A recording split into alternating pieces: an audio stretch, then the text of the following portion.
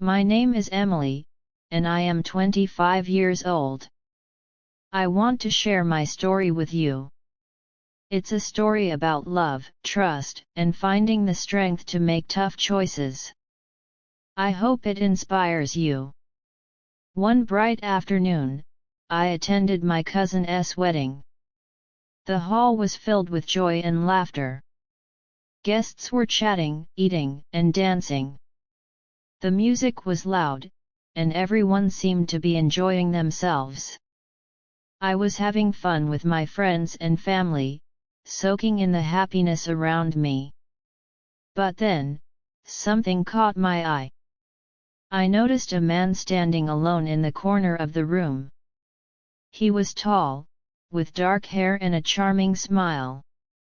He looked at me several times, but he never approached.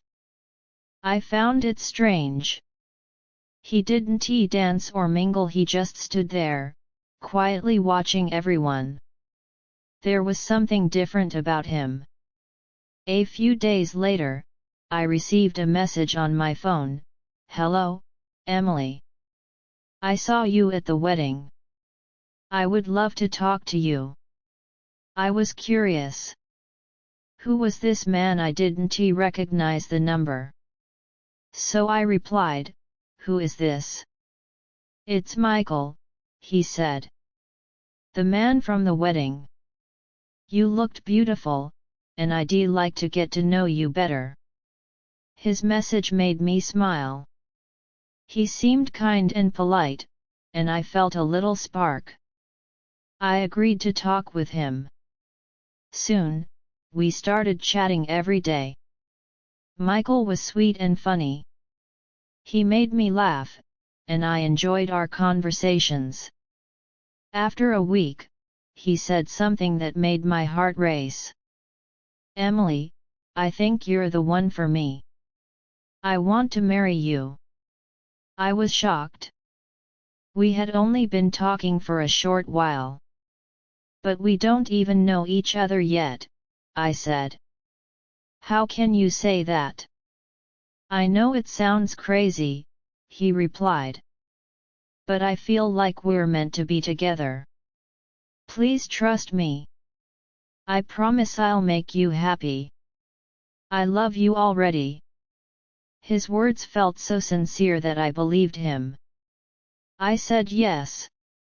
We married quickly. It was a simple ceremony with just close family and friends. I wore a white dress, and Michael wore a suit. He looked so happy, and I truly thought I had found the perfect man. At first, everything was wonderful.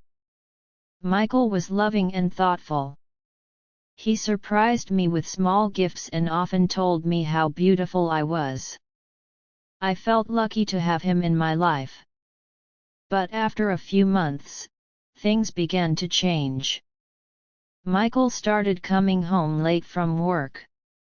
He claimed his job was demanding and that he had to stay longer hours. At first, I trusted him. But slowly, I noticed him growing distant. He didn't talk to me as much, he avoided spending time with me, and he often hid his phone. One night, he forgot his phone on the table. I picked it up, and what I saw shattered me. Messages from another woman. Romantic words. She called him my love. My heart sank. Michael had never spoken to me like that. To make it worse, I knew the woman. She was from my hometown. She had been with him even before we got married. I was devastated. When Michael came home that night, I confronted him, showing him the messages. "Michael, what is this?" I asked, tears streaming down my face. He looked shocked. "I'm sorry," he whispered.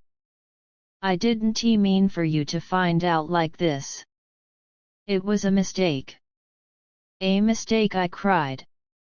"You promised me love and loyalty. How could you do this?" He apologized again and again, begging for forgiveness. "Please, Emily. It will never happen again. Give me another chance." I was torn. We had 2 young children together, a boy and a girl. They needed both of us. For their sake, I decided to forgive him and give him another chance. I hoped he would change. For a short while, things improved. But soon, Michael returned to his old ways.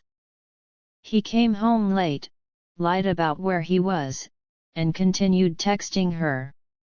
One evening, I saw them together with my own eyes. They were in his car, laughing and holding hands. My heart broke all over again. I couldn't believe he was still seeing her. That night, I confronted him again. "Michael," I said, "I know everything. I saw you with her." He looked at me, surprised. "I'm sorry," he said quietly. "I didn't mean for you to see us." But this time, I couldn't forgive him. I had already given him a second chance, and he had betrayed me again. My trust in him was gone. I packed my bags and left with my children. I went to my parents' house. When I told them what happened, they were shocked. At first, they said, "You have kids. Maybe forgive him again. He might change." But deep down, I knew I couldn't go back. I had to be strong for myself and for my children. Eventually, I divorced Michael. It was painful, but I knew it was the right choice. I moved abroad to build a new life and to provide better opportunities for my kids. At first, it was hard. I felt broken. But with time, I grew stronger. I realized that sometimes, we must let go of what hurts us, no matter how difficult it is. Today, I don't regret my decision. I've learned to love myself again. I'm creating a better future for my children. Life isn't always easy, but with courage, we can make the right choices. I am stronger now. And I will never settle for anything less than true love and respect.